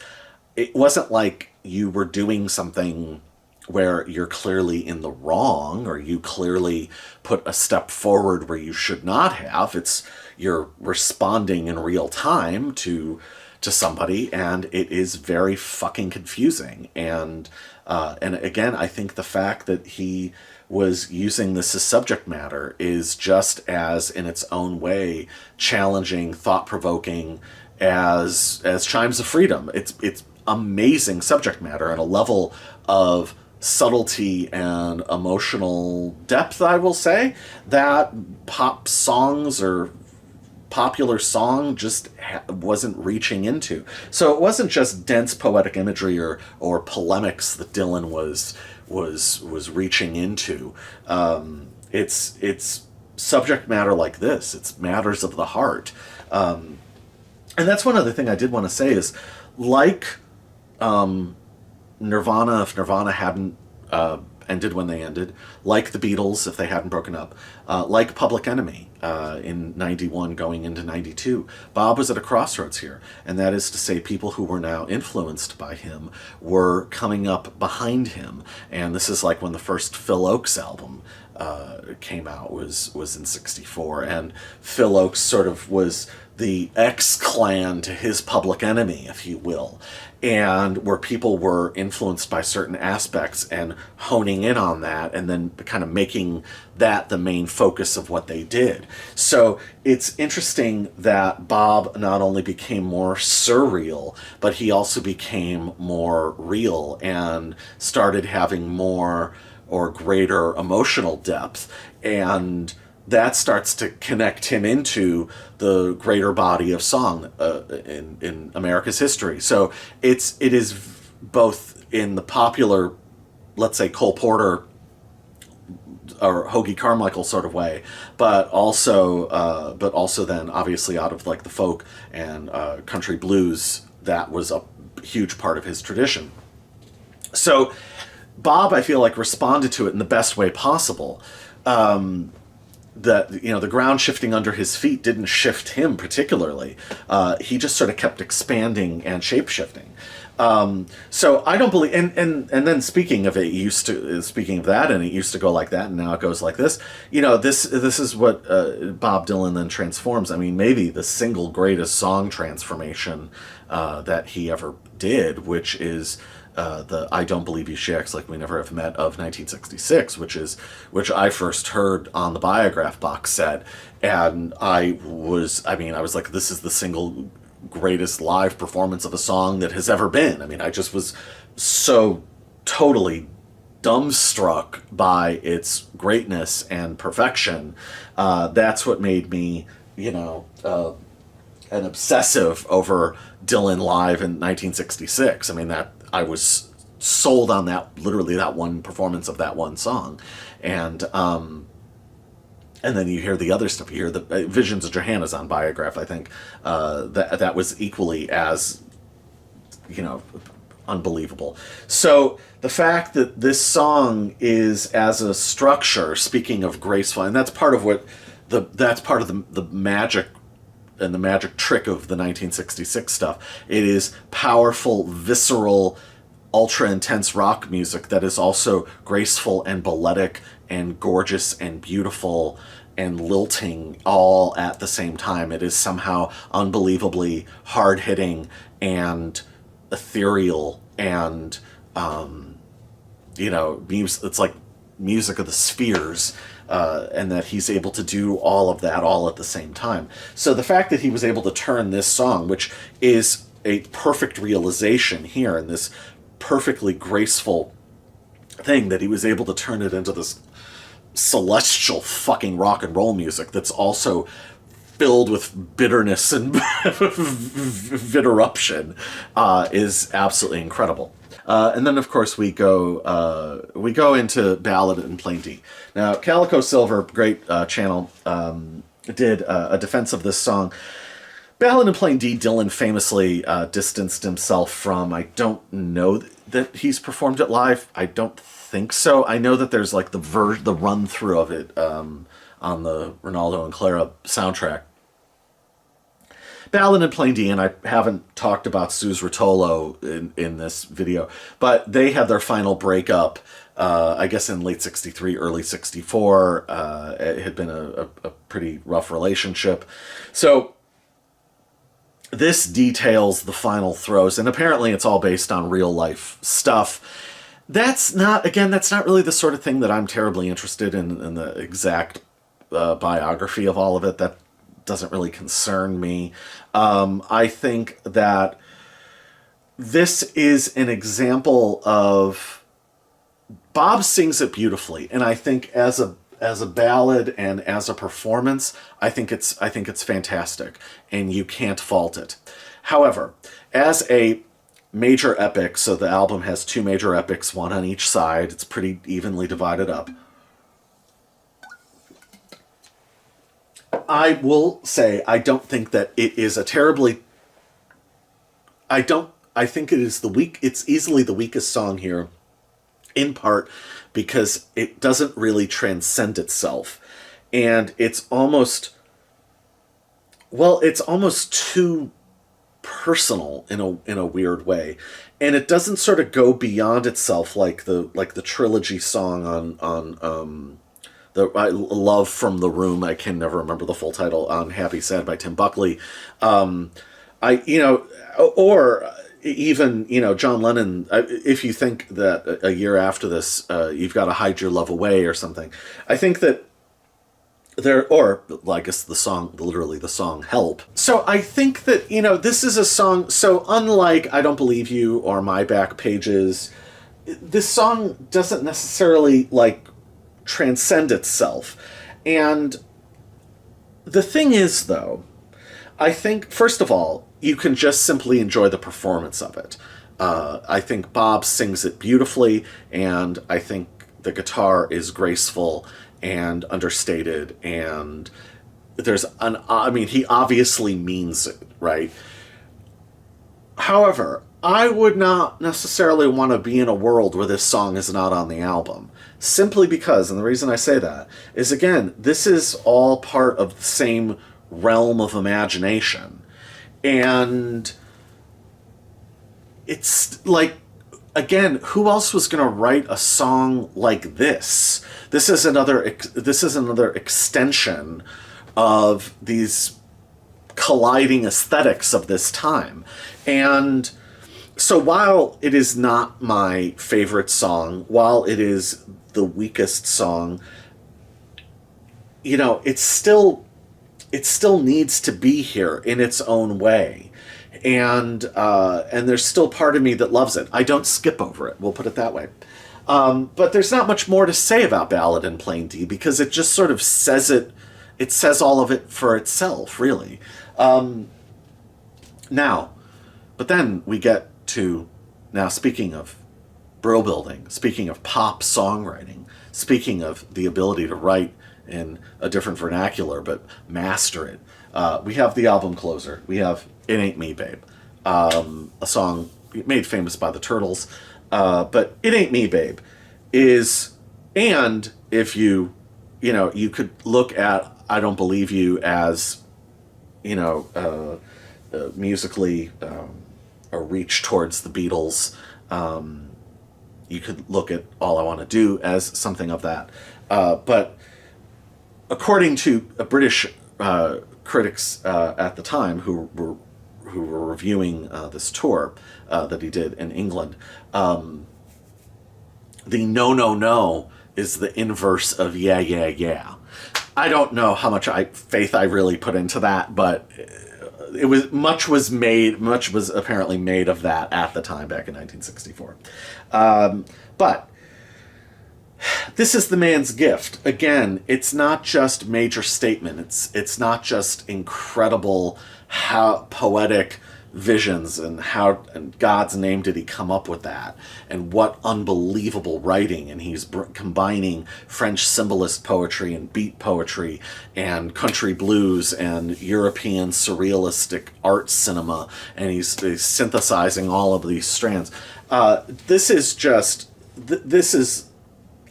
beyond anything else. He's just the top shelf songwriter, and this is just such a brilliant perfectly realized piece of songcraft. Again, the deleted verses also interesting because the deleted verses aren't that good, and the fact that he knew to cut those verses out. Dylan, I think, is very underrated as an editor of his own work. I think sometimes, especially with the Clinton Halens of the world, and the fact that he does leave behind such staggeringly amazing alternate takes, and material that he doesn't deem worthy of album release.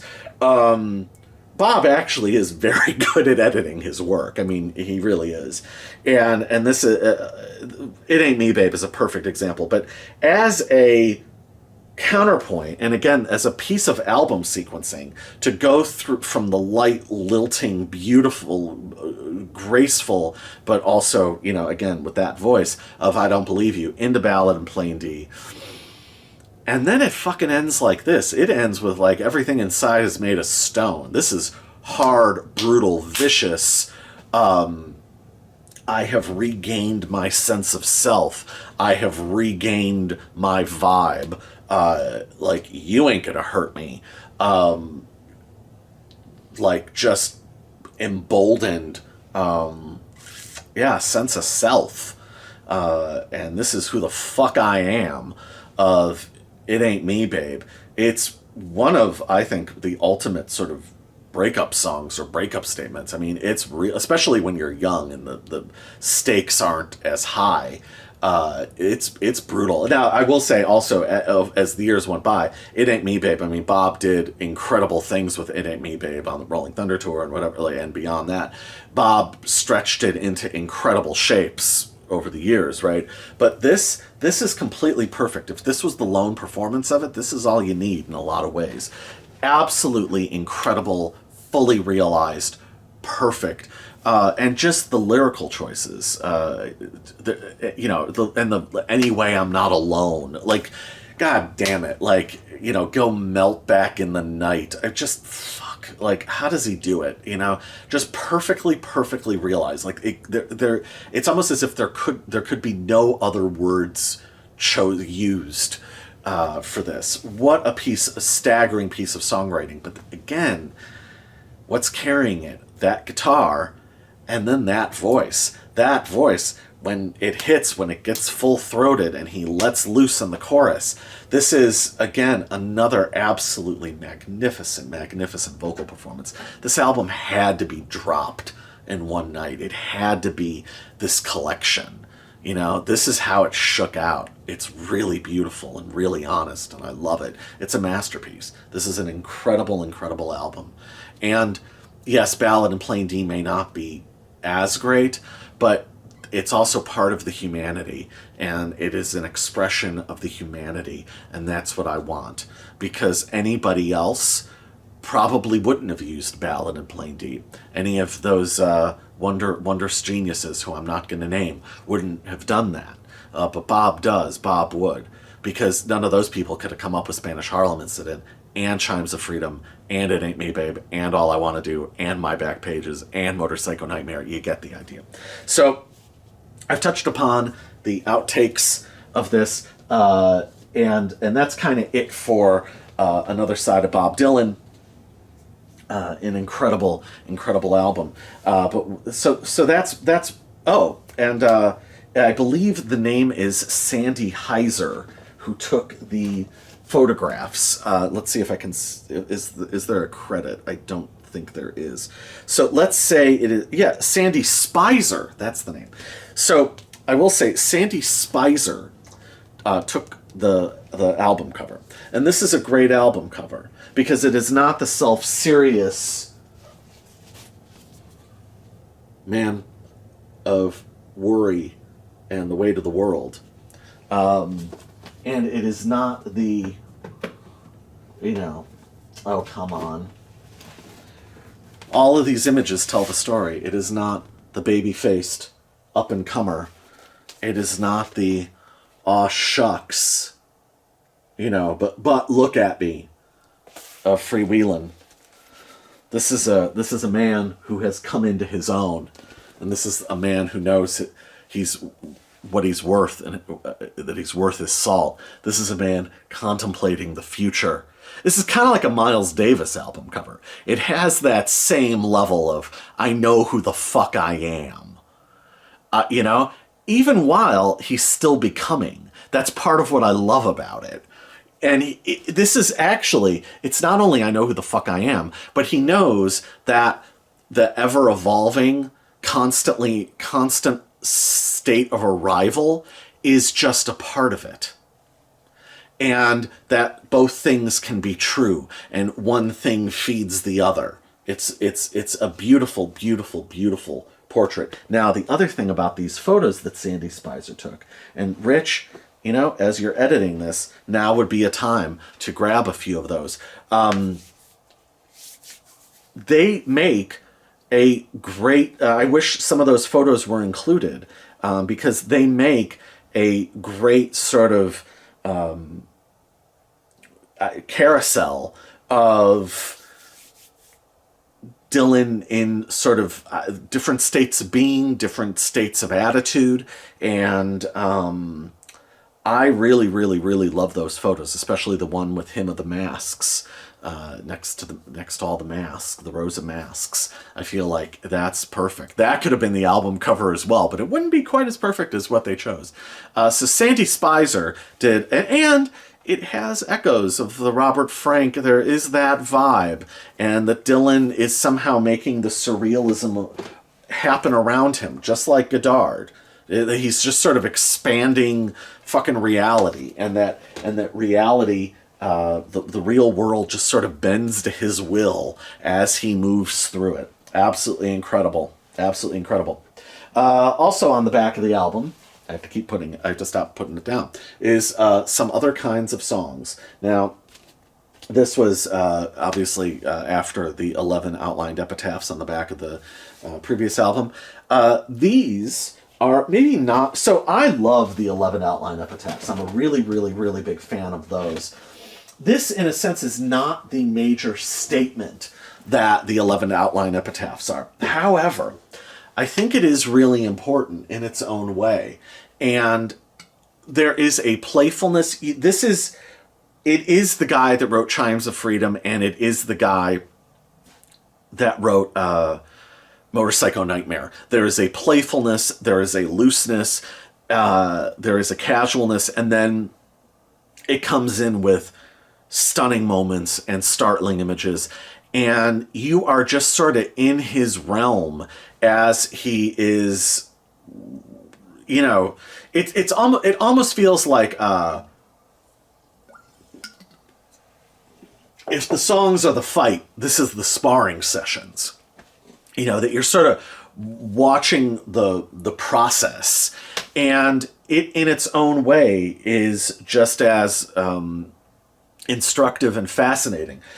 I think it's highly worth reading, and again, Dylan's prose poems are fantastic. They are different than his songs. There are moments where it bleeds over into the songwriting, but it is completely worth reading on its own. Now, the big lyrics book, this is the one that you see now. This is the one that this has become sort of the standard, 61 to 2012, omits the prose poems and the liner notes and all that stuff, and I think to its detriment. I don't like that it focuses just on the lyrics. The much better book is still this one, which is why I will never get rid of it. So this not only has the 11 outline epitaphs, it has the liner notes from like Highway 61 and stuff, but it has some other kinds of songs. The other piece of writing that it has that it curiously files away at the end of Times They Are Changing is another sort of prose piece called... And these are important works of Dylan's, and if I can find, I think Words Fill My Head, if that's still around, I'll link to that. But Advice for Geraldine on Her Miscellaneous Birthdays, which is another one of the sort of 11 outline epitaphs, or Restless Farewell, or Guess I'm Doing Fine. It's very much of a piece with that. And that is in this book, and it's really, really, really, really interesting and absolutely worth reading. And Bob Dylan felt so because he put it in the program Jam for his Return to America show on Halloween at the Philharmonic Hall in 1964, which I first heard on this bootleg, Mr. Tambourine Man Volume 1. I bought this not really knowing what it was. I just bought the bootleg because it said Live in USA 1964. Boy, that's helpful information. That's really digging deep. And the rest of this was just other ads for other bootlegs. Or, just a list of the other bootlegs that were available. And this is credited to Robert Zimmerman and Halloween, New York, 64. So that was about all I had to go on. This is very, very abridged. It is The Times They Are A-Changin', Spanish Harlem Incident, Talkin' John Birch, Paranoid Blues, To Ramona, Gates of Eden, If You Gotta Go, Go Now, It's All Right, Ma, I Don't Believe You, and Who Killed Davy Moore. Back in late 95, early 96, I used to play these two back to back, almost as if it was sort of kind of a double album. And this distillation of the show was highly effective. I absolutely loved it. And I didn't really understand what the context of the show was. I didn't really get it. The full show was eventually released here, along with some other stuff from 1962. So this is All Hallows Eve and more. Which I liked, but I actually preferred the abridged version. Now, of course, what is definitive is this came out as a bootleg series. This was Volume 6. And this is obviously the official definitive version that you would want to get of this show. So Bob just kept going. He went to England, of course, and there it is. So Bob basically just did not stop, and he did not stop writing. And so he comes back to America. So that was one of the other reasons why apparently they recorded Another Side of Bob Dylan in one night. It was apparently Columbia was pushing Bob to get the album out. For the Columbia really wanted an album so that they could sell in the fall. So it came out July, August, September. So it came out like 3 months later. They I don't know if they specifically rush released it, but the turnaround was pretty quick. So it's interesting because, like, you have this guy who's this major cultural force and this important figure, and between October of 63 and January of 65, he spent exactly 1 day in the recording studio. So as another attempt to get another potential live album in the can, Columbia Records recorded this incredible show. And that Bob just kept writing songs. He didn't stop, and expanded his incredible songwriting language. So if you've heard this show, you know how extraordinary it is. But I'm just going to kind of run through it because I think this is this is like one of the best live recordings I've ever heard. I mean, how could you not love this? How could you not be taken in by this? It is absolutely magnificent. It is one of the man's essential documents. It kind of along the lines of, what's the Brussels Affair, the Rolling Stones. Like, the Brussels Affair is just kind of part of the Stones, and this I sort of feel is just kind of a part of Dylan, There, in my mind, at this point, there sort of isn't a Stones without the Brussels Affair. There kind of isn't a Dylan without this. So, Times They Are A-Changin', perfectly good walkthrough. It was his standard opener at the time. I believe the lone performance of Spanish Harlem Incident. And then we get into Talkin' John Birch, Paranoid Blues, which is a little bit anachronistic at this point, but also tied into Without Freedom of Speech, I Might Be in the Swamp of Motorcycle Nightmare. Then we get To Ramona, a sensitive, perfect, beautiful performance. Who Killed Davy Moore, arguably more powerful than the version that's on... is it on the...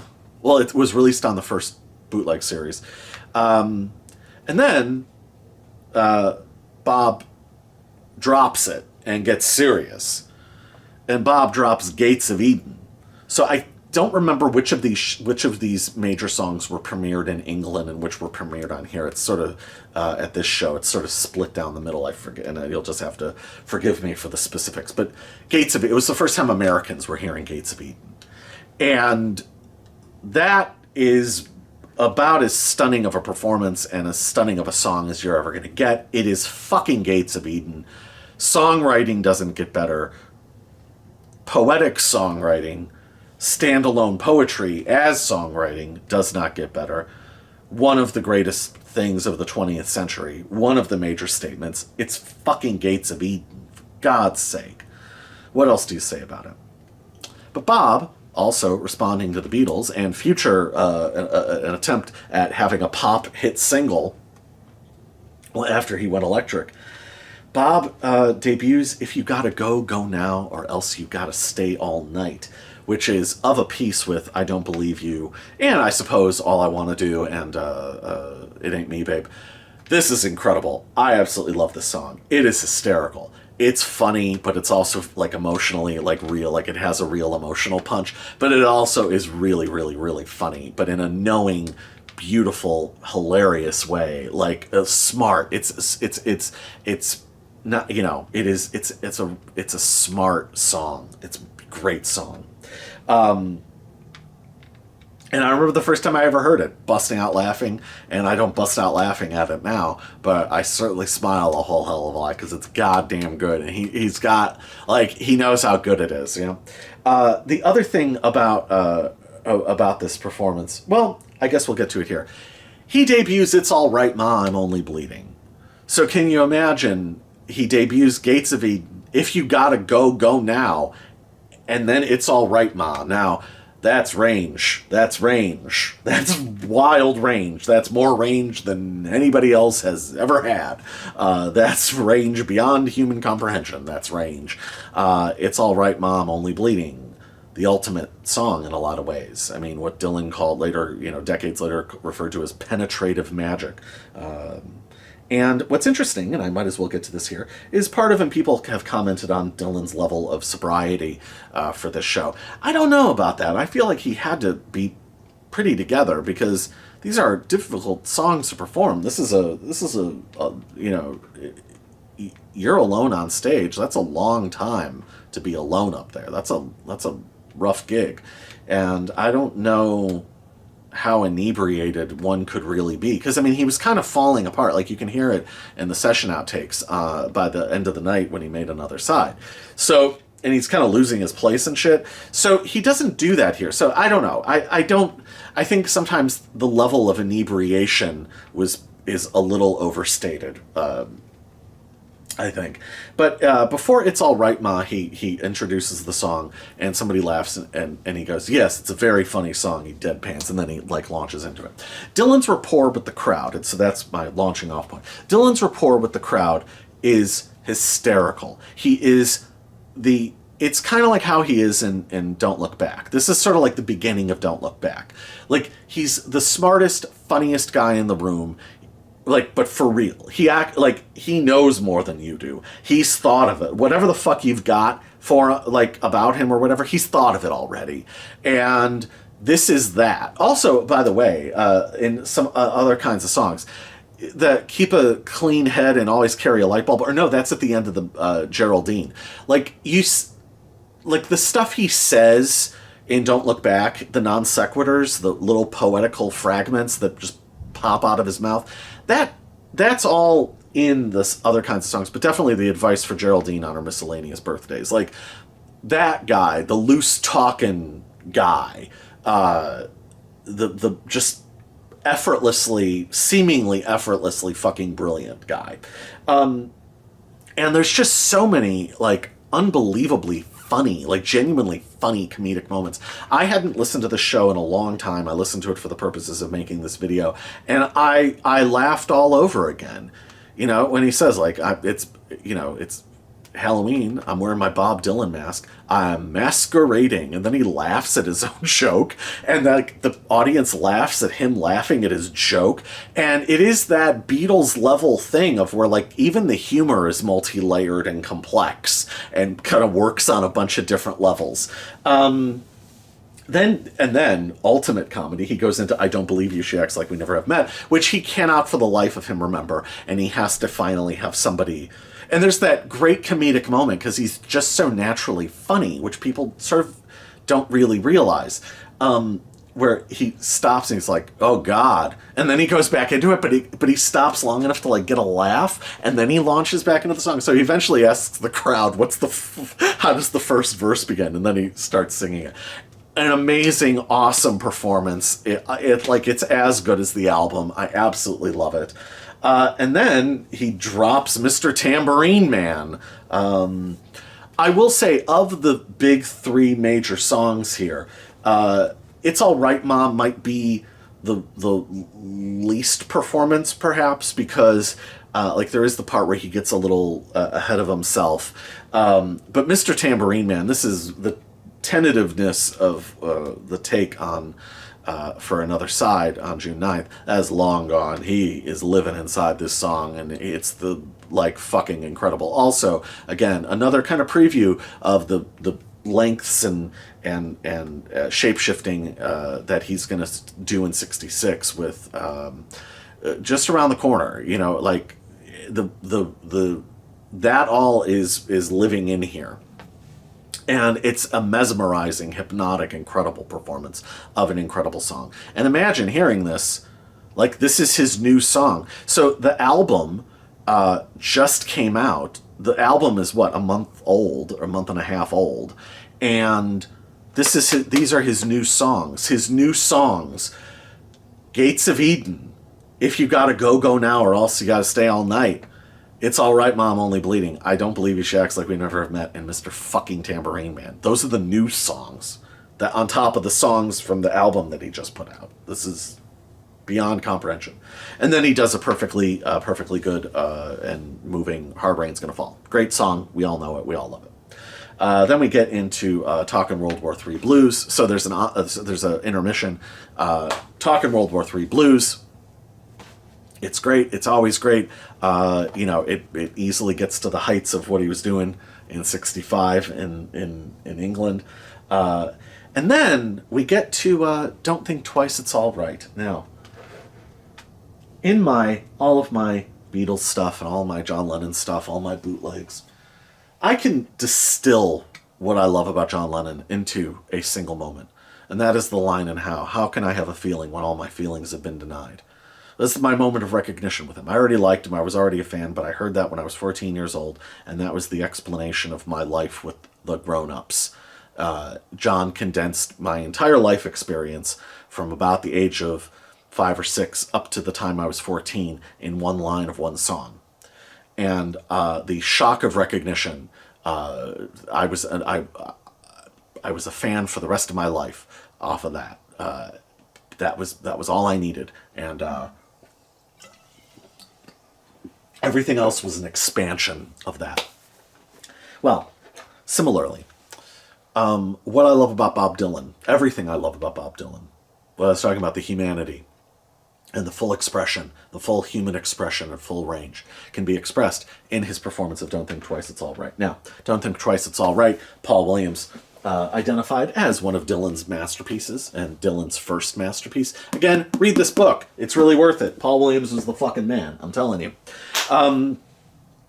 But you have written one of the greatest songs ever written. And it's not even a major song in the sense that, like a major poetical vision, like Blowin' in the Wind or Hard Rain's Gonna Fall.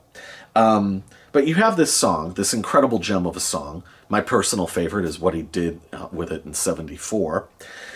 But Bob, on this night where he is in seeming command, seemingly effortless virtuosity, seeming perfection, that even the imperfections where he can't remember the song or flubs a line or, is just fielding whatever's coming from the audience.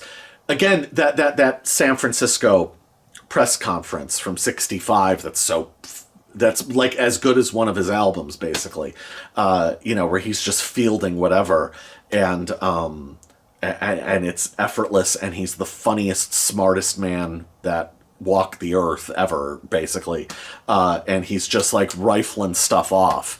The the part where somebody yells out something, he goes, whatever you say. Like he just shuts this person down. Like, whatever you say. Like, it's just so, like, so that guy, the guy that can't be rattled, that even the imperfections are part of the perfection, that guy has this song that the audience, that by this point the song is beloved. It's already one of his classics. And Bob, on this night where he can seemingly do no wrong, and he is dropping the major statements, the new songs, the best shit that anybody's ever fucking heard, right? He is stretching the concept of the song itself. He is redefining Western song forms in real time. On this particular night, he plays some of his beloved songs, some of his classics, and he does Don't Think Twice, It's All Right. And Bob does something that no other New Dylan or any of these other very tasteful people that critics go on about. Bob does something that no one in a bajillion years would ever fucking think to do.